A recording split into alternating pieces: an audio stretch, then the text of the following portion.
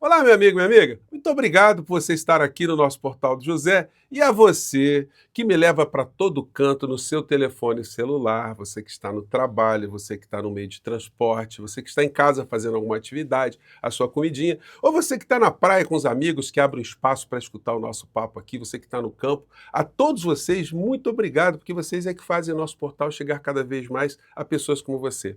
E eu sempre lendo os comentários aqui, eu sempre vejo coisas muito gratificantes de pessoas que pegaram um táxi e o motorista estava ali com o telefone assistindo ou escutando o nosso papo aqui. Alguém que pegou um ônibus e tinha alguém, ou no metrô estava alguém assistindo o Portal do José, ou alguém na portaria de um prédio. Gente, isso é muito bacana, isso aqui me motiva a estar aqui com vocês todos os dias. Hoje num dia especial porque o noticiário vai girar em qualquer canto, em tudo que está acontecendo no carnaval aqui no Brasil, com as peculiaridades de cada cidade, o que está acontecendo, as pessoas bonitas, os desfiles, os acidentes, os incidentes. E isso abre espaço também para a gente abordar outras questões que durante os dias comuns aqui no Brasil a gente não consegue. É o que eu vou fazer aqui com vocês hoje, porque tem coisas muito interessantes e coisas que a gente tem que ficar com os nossos olhos bem abertos, né? Antes de entrar nos papos, é importante convidar você que chegou agora e não nos conhecia, para, em primeiro lugar, você se inscreva aqui conosco e participe aqui das nossas atividades, dê sempre seu joinha, mande seu comentário, compartilhe os nossos vídeos e, se puder, venha também prestigiar o nosso clube de membros, é uma ferramenta adicional para você apoiar o nosso portal, tá legal? Então vamos aqui aos papos, né? Em primeiro lugar, eu conversei com vocês sobre a Lamúria, né? Gente, é uma novela interminável, né? Essa gente lamentando que Bolsonaro foi preso. E eles repetem tanto isso, que ele foi preso injustamente, que não tem crime, e que tem muita gente que não se toca. E os grandes veículos de comunicação, eles têm uma grande responsabilidade, porque eles não abordaram com a intensidade que a coisa merecia os males que essa gente causou desde sempre, não foi no período só da tentativa de golpe, não. O momento mais crítico foi o que eles fizeram durante a pandemia aqui no nosso país, e cujos crimes foram acobertados, porque se Bolsonaro fosse desestabilizado naquele momento, e ele fosse empichado, ele fosse preso, Paulo Guedes, que era a sua mochila, né, a mochila de maldades que estava nas suas costas, também iria junto. E isso atrapalharia uma série de projetos econômicos que foram empurrados goela abaixo do povo brasileiro, como a reforma da Previdência, privatizações, venderam os postos da Petrobras, venderam o gasoduto, tudo a preço de banana, fizeram um monte de tramóia, destruíram direitos do trabalhador, destruíram com os aposentados, fizeram autonomia do Banco Central. Tudo isso, gente, as privatizações da Eletrobras, de empresas importantes aqui no Brasil, tudo isso gerou dinheiro, gerou negócios e negociatas. E se o Bolsonaro saísse, isso tudo teria uma paralisação, como aconteceu quando o Lula chegou até a presidência da República. Não se mudou, não se retomou nenhuma dessas histórias que ficaram para trás. Aliás, essa é uma crítica que muitos progressistas fazem ao atual governo Lula. Mas é inegável que, pelo menos, a sangria, o ataque ao patrimônio público, ele parou, porque se essa gente estivesse no poder, hoje não teria, o Brasil não teria mais o Banco do Brasil, Caixa Econômica Federal, Petrobras e por aí vai, né? E sempre com o argumento que as estatais dão prejuízo. Eles escondem uma série de informações, eles descontextualizam, e aí muita gente acaba caindo nessa milonga, não percebendo o que está acontecendo na sua realidade concreta, né? Bom, mas aí eu mostrei para vocês que essa novela interminável, ela todo dia tem um capítulo lamurioso. Hoje, sábado, ontem, né? Sábado de carnaval, completam-se mais 6 meses de prisão inconstitucional, assim como os anos de prisão ilegal dos presos de 8 de janeiro. Certamente, olha que ato falho, gente. Certamente meu pai estaria em alguma praia junto com o povo, o que ele mais gosta de fazer, mas infelizmente não é realidade. Vem cá, Carluxo, o papai está moribundo, está morrendo, está com 10 enfermidades, não para de soluçar, né? Então a solução para ele seria estar na praia. Ele estaria andando de jet ski soluçando, é isso? Ele estaria ali tendo tonteiras, caindo no chão, mas estaria ali na praia com o povo. Então você tem que definir, ô Carluxo, ou teu pai está moribundo, está morrendo, ou está cheio de saúde, poderia estar na praia, né? Então, enfim, são coisas que eles vão falando assim e vão caindo no ridículo, como os livros que o Carluxo levou ontem, que foi também livros inúteis, como eu disse para vocês, porque para o Bolsonaro diminuir o volume de pena que ele está cumprindo, ele, com a leitura, a cada livro que ele lê, ele diminui 4 dias da sua pena, né? Portanto, ele poderia ler ao longo de um ano um volume de livros que lhe reduziria 44 horas, 44 dias da sua pena. Mas tem que ser livro que está ali no rol dos livros que a junta, né, que examina o trabalho do preso, iria analisar. Então, Carluxo levou 3 livros para o Bolsonaro, que, evidentemente, ele não vai ler livro nenhum, não vai diminuir um dia da pena, né, lendo esses livros todos aí.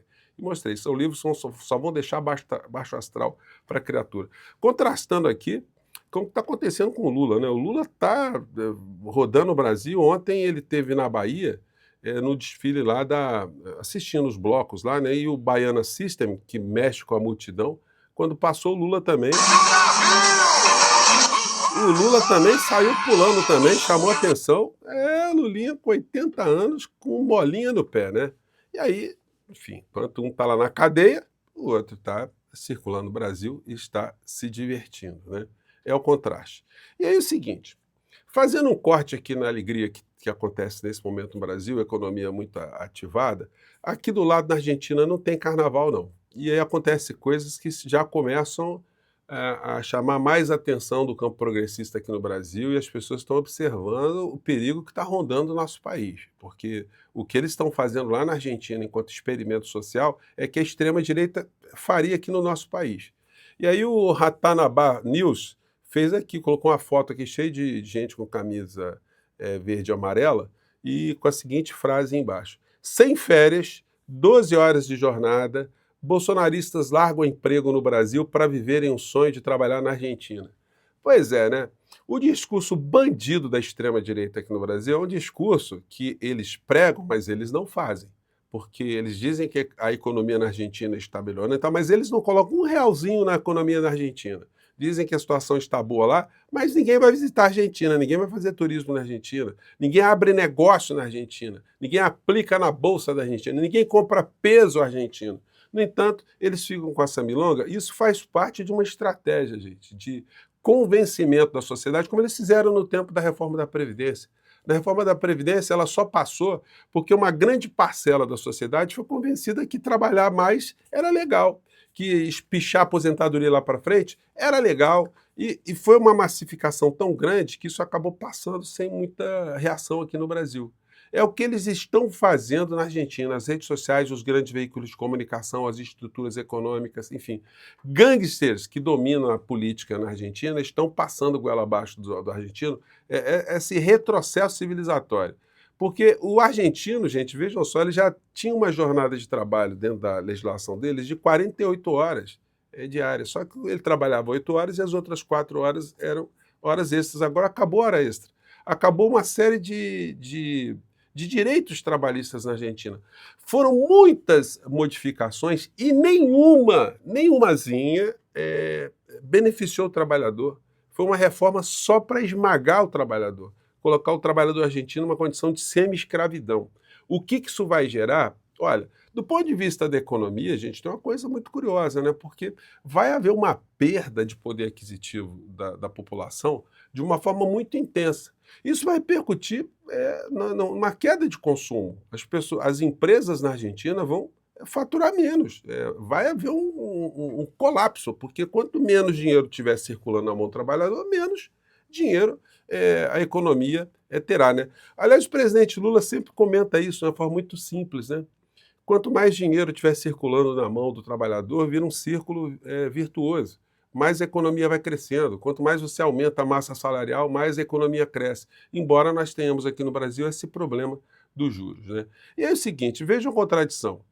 O Milei, em 2018, ele foi entrevistado pelo Santiago Cunel, que é jornalista na Argentina, e talvez o principal opositor do governo Milei nas redes sociais. E estava tendo uma manifestação pelos direitos dos trabalhadores e aposentados. Aí o Santiago Cunel foi entrevistar o Milei, que estava ali, olha, apoiando os trabalhadores, né? Vejam, gente, isso aqui não é inteligência artificial, não. Veja o que estava acontecendo. Bueno, básicamente, digamos, el motivo por el cual yo vine acá es porque la idea es que este gobierno intenta restaurar un régimen fascista como O Milei estava dizendo, olha, esse governo que está aí está querendo instaurar um regime fascista, né? como la década del 30, Como era na década de 30.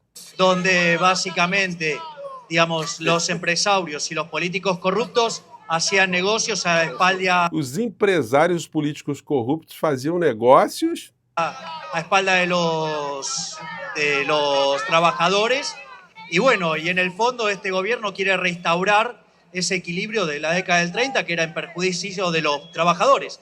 Y la verdad es que, digamos, todos tenemos pistas de que esto, porque básicamente hoy nos gobiernan los nietos de la oligarquía de la década del 30 que justamente perjudicaba a los trabajadores. Y Então ele fazia esse discurso que estava havendo prejuízo aos trabalhadores. Aí o que, que ele faz quando ele chega no poder, como um verdadeiro estelionatário, psicopata, vigarista?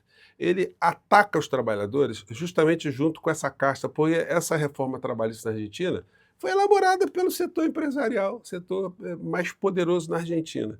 E aí o Santiago, que fez uma entrevista à figura naquele tempo, ele chega hoje e dá muitas sapatadas. Eu vou colocar esse vídeo aqui no nosso canal de cortes, que deve ter uns 12 minutos também, tá? Se você não está inscrito lá, se inscreva, que todo dia eu estou colocando um vídeo novo lá também, fora dos nossos papos, lá no nosso canal de cortes, tá? E aí o Santiago, ele revoltado com o Milei, mostrando a quem o Milei serve e com quem ele está conectado. E aí, gente, é só pancada. Eu coloquei a legenda aqui amarelinha, não sei se vai dar para pegar. Deixa eu colocar aqui a câmera aqui, melhor, pronto. Vamos ver o que ele fala aqui, vamos lá. Fala, Santiago. Este gobierno y lo que simboliza. Claro que está lejos explicarle al pelotudo del tachero idiota, porteño descerebrado. Ele está falando dos taxistas, né? O taxista, aquela coisa, microempresa, né? Ele não trabalha para ninguém, trabalha para si.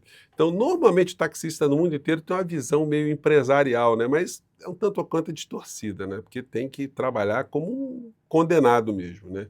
E o Santiago fala isso, taxista idiota de Buenos Aires, sem cérebro. Que aparte que es un imbécil que ya no factura, no puede cambiar el taxi, pero sigue hablando pelotudeces en contra del peronismo, en contra de Cristina, en contra de la mar en coche. Ese imbécil, estúpido oligarca aspiracional, un asalariado que le debe todo su derecho al peronismo y al campo nacional y popular, se transforma en el perro de la oligarquía. Quer dizer, o cara quer ser oligarca e se transforma no cachorro da oligarquia, né? Y tiene aspiraciones de ser parte de la casa de los ladrones que se hacen llamar señor con el dinero robado al Estado argentino, porque en la Argentina no hay un puto liberal que haya hecho un peso honestamente en su reputa vida. Son todos una manga de delincuentes y ladrones hijos de puta degenerados. Pero claro... Então, bate firme, gente. É isso que está acontecendo na Argentina. Infelizmente, o país está na mão de uma quadrilha, de um morcrim, né? Eu deixo esse papo aí para você refletir, mais tarde a gente volta, tá bom? Um grande abraço, tchau!